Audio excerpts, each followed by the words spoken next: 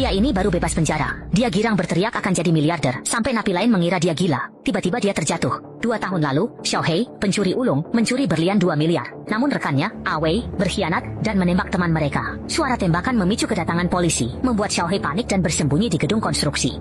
Ia merangkak ke ventilasi dan menempelkan berliannya di sana. Sebelum ditangkap polisi, ia berjanji dalam hati akan kembali mengambilnya. 2 tahun berlalu, istrinya melahirkan bayi laki-laki yang sehat. Namun gedung itu kini telah berubah menjadi kantor polisi.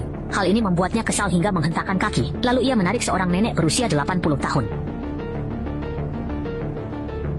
Mendengar itu, Xiaohei, Bagaimana cara masuk ke saluran ventilasi di lantai 3? Melihat kurir pengantar makanan, Xiaohei langsung mendapat ide bagus.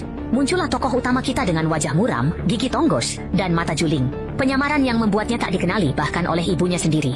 Ia masuk ke kantor polisi untuk mengantar pizza. Tapi petugas di meja depan bilang bahwa untuk naik ke lantai 3 harus membawa lencana polisi atau memakai borgol. Mendengar itu, Xiaohei sadar memakai borgol tidak mungkin, tapi lencana masih bisa diusahakan. Kebetulan ada polisi magang yang sedang diajari cara menggesek kartu akses di sana.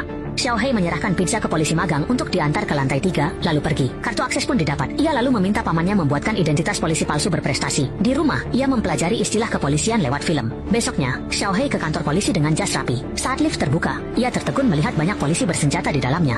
Sebagai pencuri ia takut, tapi demi berlian ia memberanikan diri. Ia meniru polisi di sampingnya yang bersedekap agar tenang. Di lantai 3, ia menemukan ventilasi di toilet wanita. Saat sepi, ia masuk dan membongkar. Tiba-tiba, penjahat lain masuk. Biar tak ketahuan, Xiaohei memukulnya hingga pingsan. Saat polisi datang, ia berdalih penjahat itu mau kabur lewat ventilasi. Aku berhasil mencegahnya tepat waktu. Kamu siapa? Aku polisi baru pindahan, katanya sambil menunjukkan lencananya. Karena kekurangan orang, kepala polisi tidak curiga. Lihat Xiaohei, profilnya sangat hebat. Kepala polisi langsung menyuruhnya menyelidiki kasus bersama Xiao Shuai. Padahal dia pencuri, mana mungkin bisa kerja polisi. Dia beralasan belum terbiasa dan ingin di kantor saja, tapi tetap ditarik Xiao Shuai. Tak disangka, TKP-nya ternyata kasus pencurian rumah. Sebagai pencuri berpengalaman, Xiaohei akhirnya pamer keahlian. Pemilik toko bilang kemarin baru menaruh velg di rak, tapi pagi ini hilang. Katanya, pencuri masuk lewat jendela pecah, tapi Xiaohei tak setuju.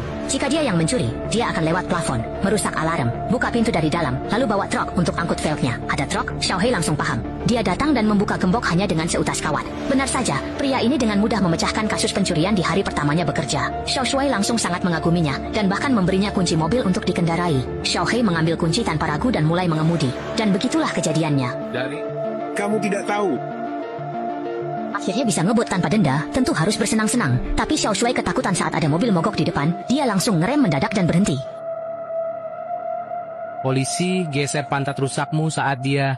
Wakat Kun Sanshit menakuti orang hingga nekat. Meski berisiko rusak, mereka buru-buru memindahkan mobilnya. Saat lewat minimarket, Xiaohei ingin beli camilan, tapi malah bertemu perampok. Awalnya dia berniat sembunyi di balik rak sambil makan, pura-pura tenang.